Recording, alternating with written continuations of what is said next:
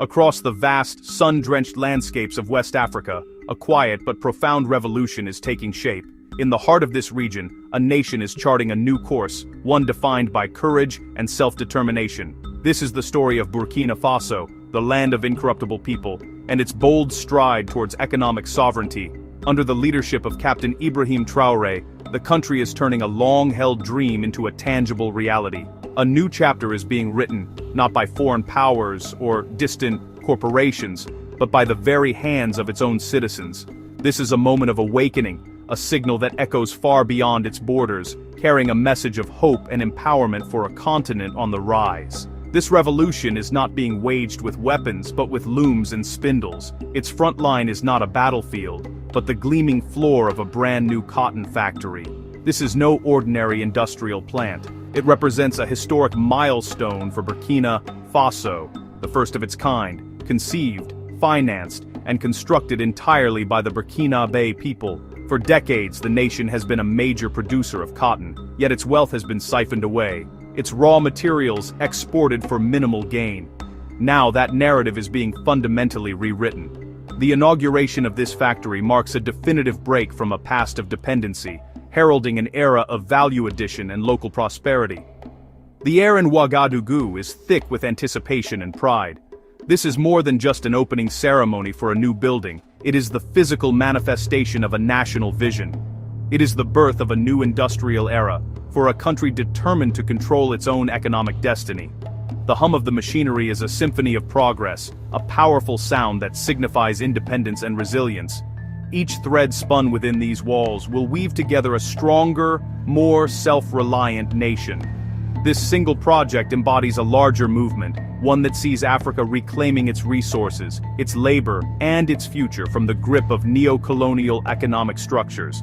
The story unfolding in Burkina Faso is a testament to what is possible when political will aligns with popular aspiration.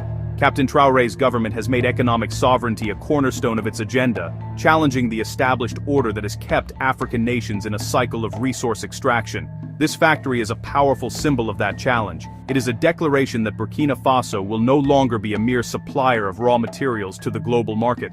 Instead, it will be a creator, a manufacturer, and a proud producer of finished goods, made in Africa, by Africans, and for the benefit of Africa.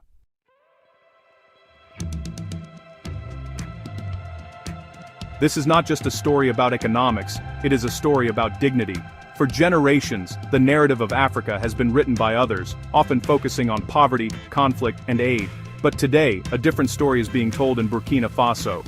It is a story of agency, of a nation taking control of its own narrative and its own resources. The inauguration of the state-of-the-art cotton processing facility is a powerful statement against an international economic system that has long undervalued African labor and resources. It marks a pivotal moment where Burkina Faso chooses to transform its white gold into tangible wealth for its own people, rather than exporting its potential for pennies on the dollar. The vision is clear and unwavering. It is a vision of an Africa where prosperity is built at home, not sought in perilous journeys across deserts and seas. Captain Ibrahim Traoré has consistently articulated a future where young Burkinabè find opportunity and purpose within their own borders. This factory is a concrete step towards realizing that vision. It is a place where hundreds of citizens will find meaningful employment, where skills will be honed, and where a new generation will learn the art of industrial production. It is a symbol of a government investing directly in its most valuable asset, its people. The factory stands as a beacon of hope against the tide of youth, unemployment, and migration. The significance of this moment resonates deeply with the people of Burkina Faso. For them, this is not just a government project, it is a national triumph. It is proof that change is not just a distant dream but a present reality. The sounds of celebration that accompanied the factory's opening, the ululations of joy, the patriotic songs, the chants of unity, were an authentic expression of a nation's pride. This inauguration was more than a political event. It was a communal affirmation of identity and purpose. It represents the collective belief that through unity and hard work, Burkina Faso can overcome its challenges and build a future of its own design. Ultimately, the opening of this cotton factory is a symbol of Africa reclaiming its destiny. It is a bold declaration that the era of exploitation is drawing to a close, to be replaced by a new age of partnership, productivity, and Pan-African pride. What is happening in Burkina Faso serves as an inspiration for neighboring countries and for the continent as a whole. It demonstrates a practical pathway from resource dependency to industrial self-sufficiency. This is more than the story of one factory.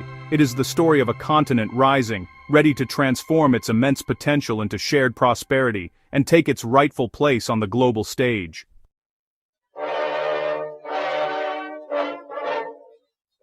Cotton is often called white gold, a term that captures its immense value and transformative potential. For Burkina Faso, this moniker holds a profound truth, as the fluffy white fiber has been deeply interwoven with the nation's economic and social fabric for generations.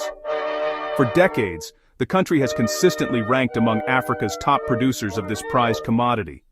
Its fertile lands and the diligent hands of its farmers have yielded bountiful harvests, making cotton the backbone of its agricultural sector and a primary source of export revenue.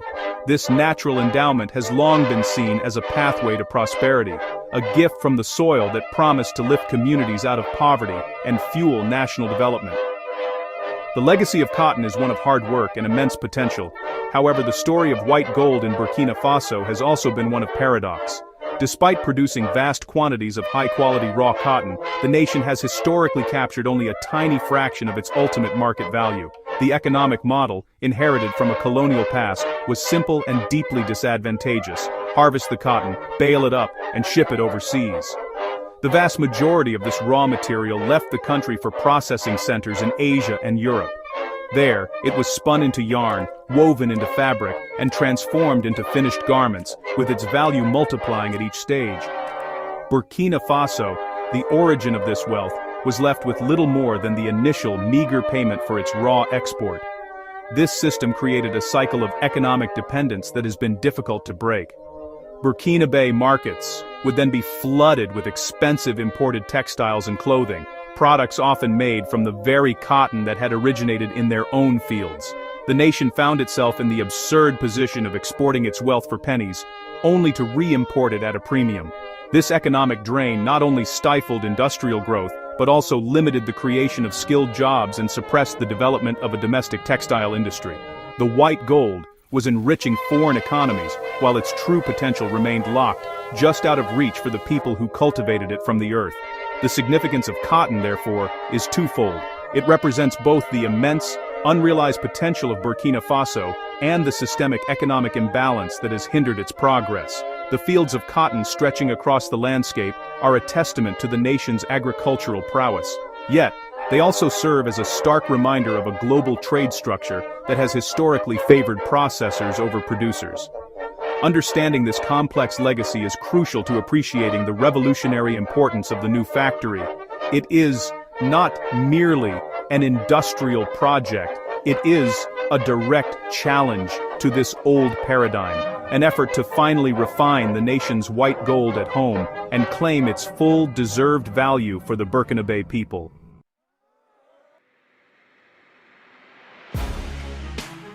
The inauguration of Burkina Faso's new cotton factory represents a seismic shift in this long-standing narrative. It is a conscious and strategic decision to break the chains of economic dependency that have bound the nation for generations. This new industrial facility is more than just bricks and mortar. It is the engine of a new economic philosophy. By processing its own cotton domestically, Burkina Faso is making a powerful declaration. It will no longer be content as a mere supplier of raw materials. Instead, it is positioning itself to become a producer of high-value finished goods. This transition is the cornerstone of building a resilient and sovereign economy, one that is less vulnerable to the volatile whims of global commodity markets. The impact of this strategic move is immediate and transformative.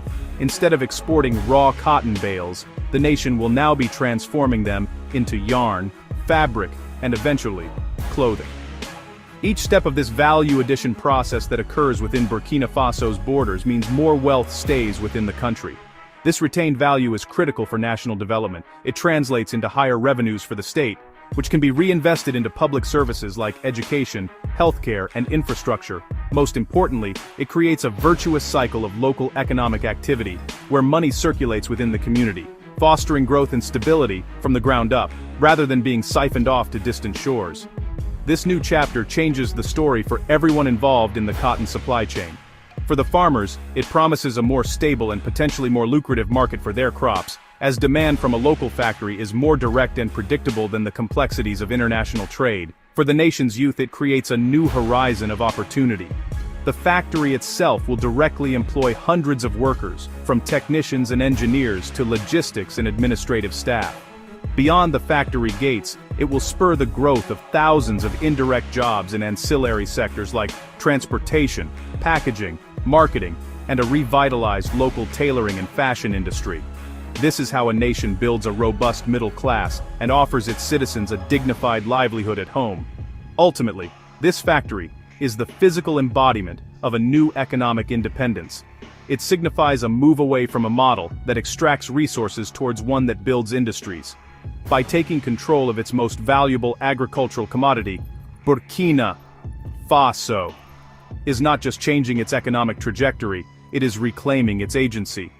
The hum of the new machinery is the sound of shackles being broken. It is the sound of a nation deciding that its white gold will no longer be a symbol of its dependency, but a powerful instrument of its liberation and prosperity. This is the true significance of the cotton revolution unfolding in the heart of West Africa.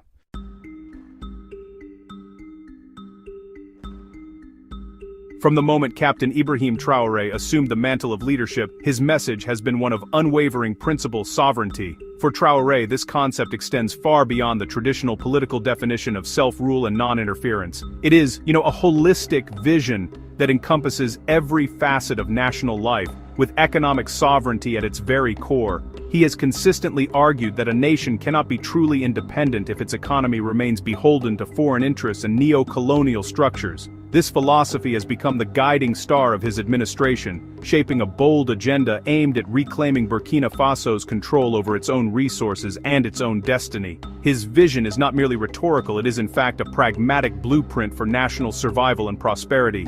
Traoré's leadership has been defined by a clear-eyed assessment of the challenges facing not just Burkina Faso, but much of the African continent. He has spoken with conviction about the need to dismantle the systems that have perpetuated a cycle of dependency, where African nations rich in resources remain poor in practice. His vision challenges the long-standing global economic order that has relegated countries like Burkina Faso to the role of simple raw material suppliers. Instead, he advocates for a radical shift towards industrialization and value addition at home. This cotton factory is the most potent symbol of this vision in action, a tangible demonstration of his commitment to transforming economic theory into concrete reality for his people. This pursuit of sovereignty is deeply intertwined with a profound sense of Pan-Africanism. Traoré sees Burkina Faso's struggle for economic independence as part of a larger continental awakening. His words often resonate with the spirit of past African liberation leaders, emphasizing that the freedom of one nation is incomplete without the freedom of all. He envisions a united Africa, collaborating to build shared industrial capacity and create regional supply chains that benefit the continent first. The cotton factory, therefore, is not just a national project but a beacon for neighboring countries, a model demonstrating that it is possible to break free from external economic dictation and forge a new path based on mutual support and collective self-reliance. Central to this vision is a focus on restoring national dignity. Traoré understands that economic dependency is not just a financial issue, it is a psychological one that can erode a nation's confidence and self-worth. By championing projects that are financed, built, and operated by Burkinabè hands, he is fostering a renewed sense of national pride and capability. The message is clear and powerful: Burkina Faso possesses the talent, the resources, and the will to build its own future. This vision of sovereignty is ultimately a vision of empowerment, inspiring a generation to believe in their own potential, and to take an active role in the construction of a stronger, more independent nation.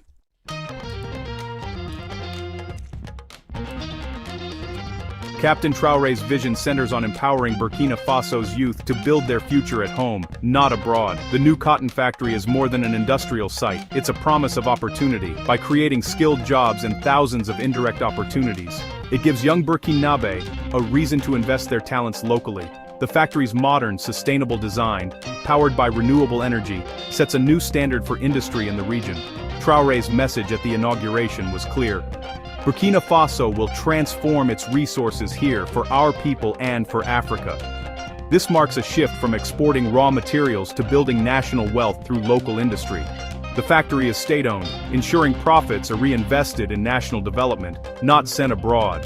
It's a model that puts public good above private gain, aligning success with the nation's prosperity. Every citizen now has a stake in the country's future, fostering unity and shared purpose. This is about more than textiles. It's about building a resilient economic ecosystem. The vision, prosperity, dignity, and opportunity for all Burkinabè right at home.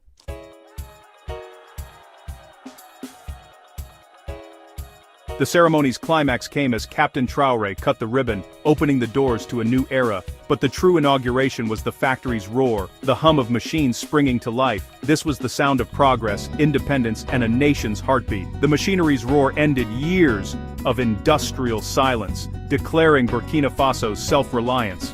Cheers erupted as the sound filled the air, igniting pride and unity.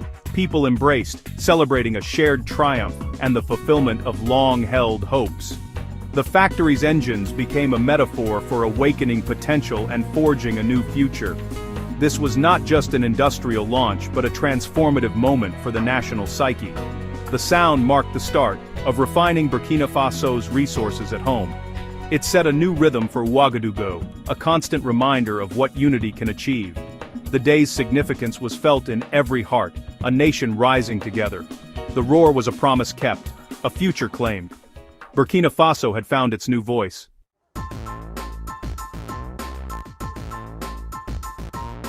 The cotton factory's opening is set to reshape Burkina Faso's economy. Experts predict a surge in textile revenue as the nation processes its own cotton. The facility will handle thousands of tons annually, capturing value once lost to foreign processors. This could double textile revenue in 5 years, fueling national growth. Hundreds of skilled jobs will anchor the local labor market, offering youth real careers. The ripple effect will create thousands more jobs in transport, sales, and fashion.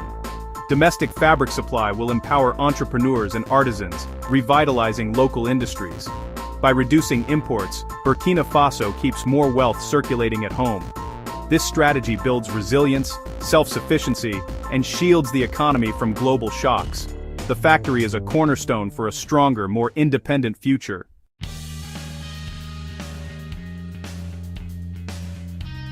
The factory's impact goes beyond numbers. It's about reclaiming economic destiny. Local processing lets Burkina Faso set prices, build a brand, and negotiate from strength. The project is a model for regional self-reliance, inspiring other African nations. Farmers benefit from stable buyers and fairer prices, strengthening rural communities. Money earned circulates locally, creating a multiplier effect across the economy. This breaks the old cycle of profits leaving the country, building a robust domestic market. The factory restores national dignity and pride. Products now bear the Made in Burkina Faso label. It strengthens identity and encourages support for local industries. More than textiles, it weaves a new economic fabric, resilient, inclusive, and Burkinabè-owned. The future is being built at home for generations to come.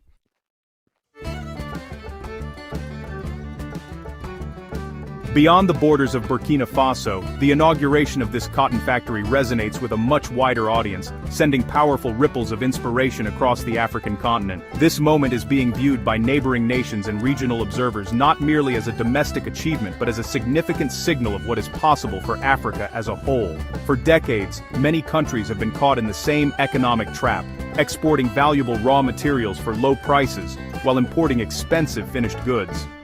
Burkina Faso's bold step provides a tangible and compelling case study, a real-world example of a nation daring to change this narrative. It serves as a beacon of hope, illuminating a practical path toward economic liberation that others can follow. The project acts as a powerful catalyst for a renewed conversation about industrialization and regional integration. Leaders and policymakers in neighboring West African nations, many of whom are also major producers of commodities like cocoa, gold, or oil, are watching with keen interest. The success of the Burkinabè model could inspire them to pursue similar initiatives, fostering a regional shift from resource extraction to value addition. This single factory could spark a wave of industrial projects across the Sahel and beyond, creating a network of African nations committed to processing their own resources. This is how a continent begins to build collective economic strength, moving away from individual dependency toward shared, regional prosperity and resilience. This development also strengthens the case for South-South cooperation and intra-African trade. By producing high-quality, competitively priced textiles, Burkina Faso is poised to become a key supplier to its neighbors, reducing the entire region's reliance on fabrics imported from Asia and Europe. This fosters stronger economic ties between African countries, creating a more robust and self-sufficient regional market. The factory is not just a win for Burkina Faso, it is a potential win for the entire economic community of West African states, or ECOWAS region. It demonstrates that Africa has the capacity to meet its own needs and that the continent's greatest trading partners should be each other, fostering a spirit of mutual support. Ultimately, the factory's influence extends into the realm of political and psychological empowerment for the continent.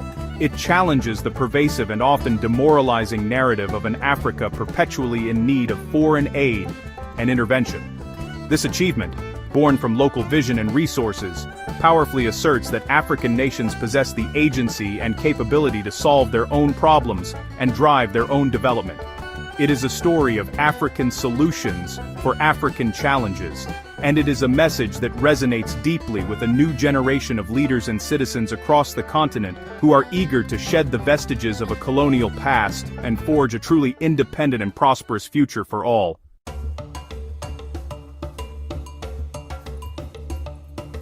The hum of the machinery in Ouagadougou is more than just the sound of industrial production. It is a powerful Pan-African statement. It is a clear and unambiguous declaration that the era of economic exploitation, a legacy of colonialism that has persisted for far too long, is coming to an end.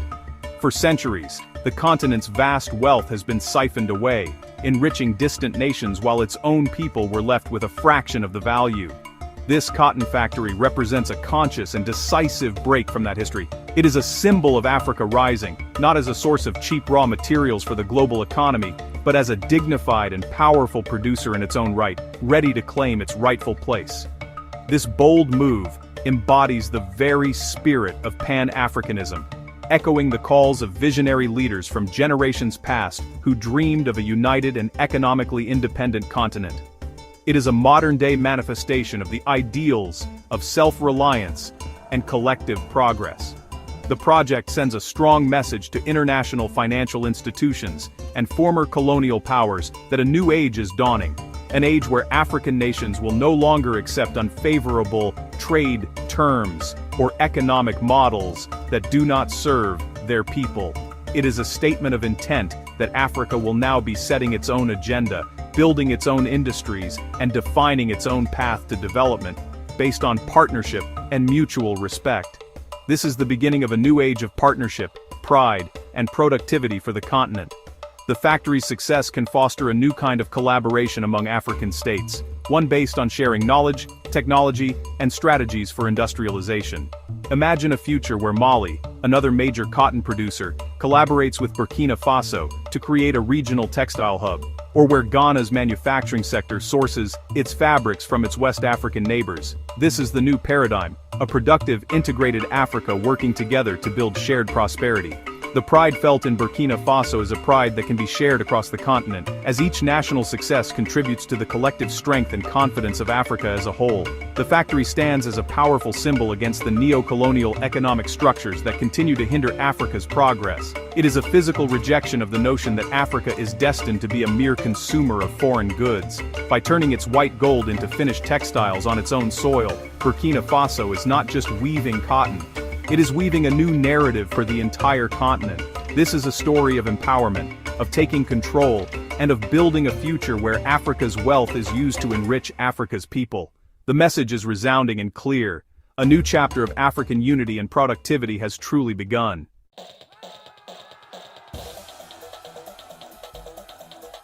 While the inauguration of the cotton factory marks a monumental victory for Burkina Faso, it is crucial to acknowledge that this progress does not occur in a vacuum. The path forward for Captain Traoré's government is fraught with significant and complex challenges. The nation continues to navigate a difficult geopolitical landscape, facing economic sanctions and political pressure from international bodies and former colonial powers who are unsettled by its assertive stance on sovereignty. These measures are designed to isolate the country and stifle its development, creating hurdles for trade, finance, and international partnerships. This external pressure represents a formidable test of the nation's resolve, demanding unwavering determination to stay the course in the face of concerted opposition. In addition to external pressures, Burkina Faso is grappling with severe internal security threats. Large swaths of its territory, particularly in the northern and eastern regions, have been destabilized by the persistent activity of armed extremist groups. This ongoing conflict drains vital national resources that could otherwise be invested in development projects. It displaces communities, disrupts agricultural activities, including the cultivation of cotton, and creates a climate of uncertainty that can deter investment. The government is thus fighting a war on two fronts: one for the economic liberation of its people, and another for the very security and territorial integrity of the nation. These dual battles require immense resources, strategic acumen, and the steadfast support of the populace. Despite these daunting obstacles, the spirit of resilience among the Burkinabè people, galvanized by Traoré's leadership, remains unbroken. There is a palpable sense of national unity and a collective understanding that the path to true independence will inevitably be met with resistance. This shared purpose transforms the challenges from insurmountable barriers into tests of national character. The government's focus on tangible, people-centric projects like the cotton factory serves to reinforce this spirit, giving citizens a clear and positive vision to rally around. This resilience is not passive endurance, it is an active, defiant spirit that fuels the nation's drive to overcome adversity and build a future on its own terms. The leadership has adopted a philosophy of turning challenges into opportunities. For instance, in response to economic isolation, the government has intensified its efforts to strengthen regional alliances with like-minded neighboring countries such as Mali and Niger, creating a new axis of solidarity in the Sahel. This strategy aims to build a self-sufficient regional bloc that can collectively withstand external pressures and foster mutual economic growth. By facing these challenges head-on with strategic foresight and an unyielding belief in their national project, the people and leadership of Burkina Faso demonstrate that their commitment to sovereignty is not merely a political slogan, but a deeply held conviction they are prepared to defend.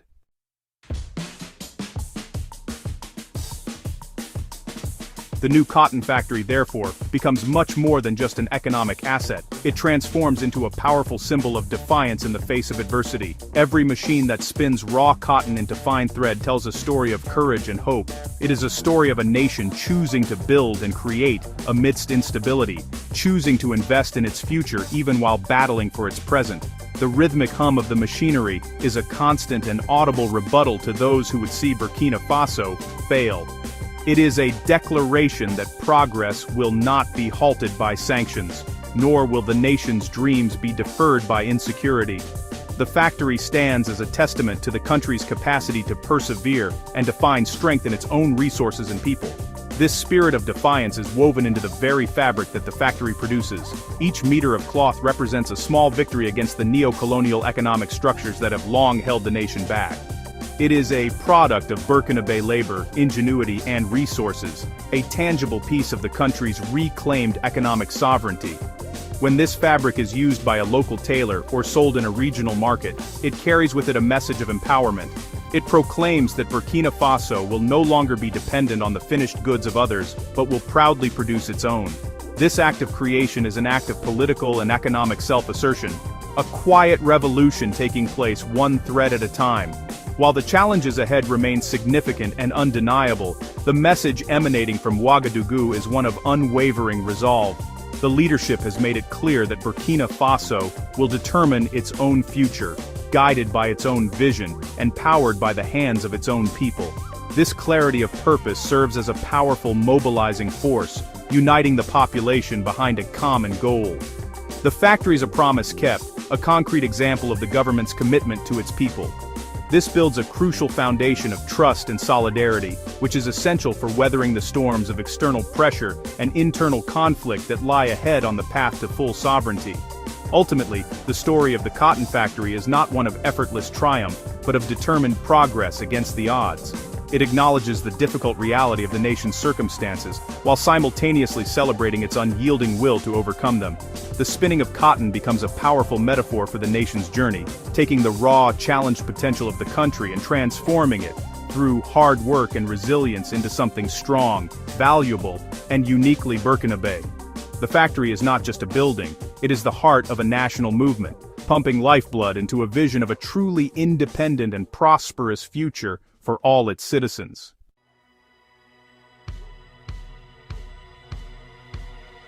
As the new factory begins its daily operations, its significance transcends mere economics, blossoming into a potent symbol of hope for an entire generation. For the youth of Burkina Faso and across Africa, this facility is more than just an industrial plant. It is tangible proof that a different future is possible. It demonstrates that the continent's development is not a distant, abstract dream, but a destiny that is being actively constructed right now, in the present moment. The factory stands as a powerful counter-narrative to the despair that fuels migration, showing that opportunity, innovation, and progress can be cultivated and achieved right here at home, on African soil. It inspires young people to see themselves as builders and creators within their own nations. This project redefines what leadership and service to the people can look like.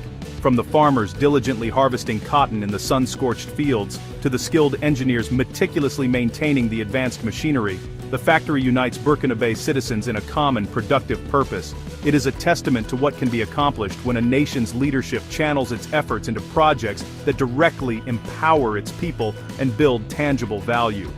Captain Traoré's vision, which prioritized this factory, serves as a powerful example of governance that invests in human potential and long-term national strength, rather than short-term gains or external validation.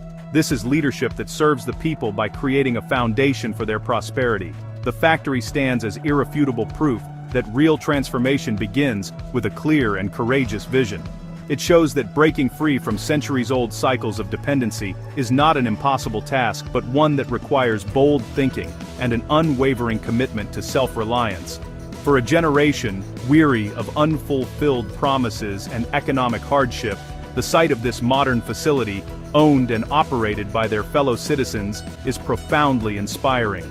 It ignites a sense of possibility and encourages a belief that they too can contribute to monumental change. This single project has the power to spark 1,000 new ideas and ventures, creating a ripple effect of innovation and enterprise across the nation. Ultimately, this beacon of hope shines far beyond Burkina Faso's borders, carrying a message for all of Africa. It proves that the continent's path to prosperity lies in harnessing its own resources, investing in its own industries, and believing in its own people. The factory is a living lesson in economic sovereignty, demonstrating a practical model for turning raw potential into tangible wealth and shared progress.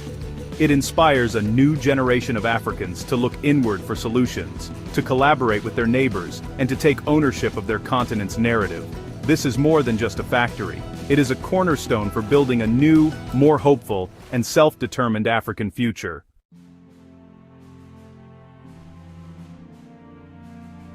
In the heart of West Africa, a new chapter for Burkina Faso is unfolding with undeniable momentum. The steady rhythmic hum of the cotton factory's machinery is becoming the new pulse of a rising nation. It is a sound of productivity, of purpose, and of a future being actively woven, thread by thread. This sound serves as a constant and powerful reminder that the nation is on a new trajectory, one defined by industrial ambition and economic independence.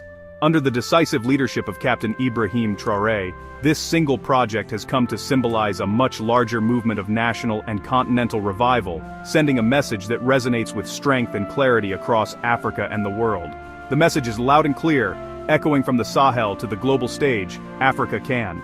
The success of this Burkinabè-led initiative shatters old, tired narratives of a continent dependent on aid and incapable of managing its own development.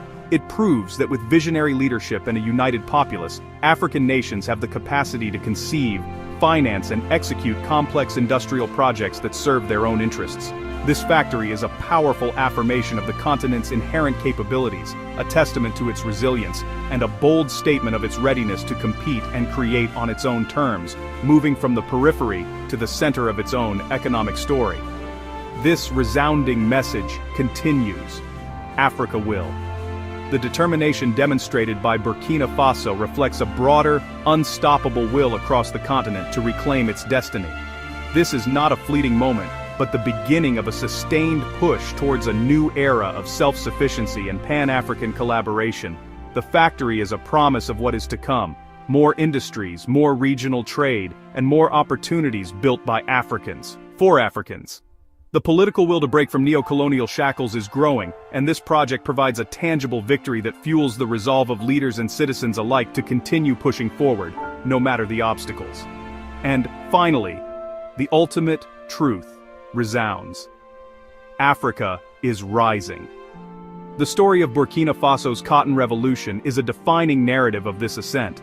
It is a story of courage, vision, and the unyielding spirit of a people determined to build a prosperous future for themselves. This is not just a documentary, it is a testament to a continent in the process of transforming its immense potential into a shared and lasting reality. As the looms in Ouagadougou weave the white gold into fabric, they are also weaving a new identity for a continent ready to take its rightful place as a global powerhouse of production, innovation, and pride.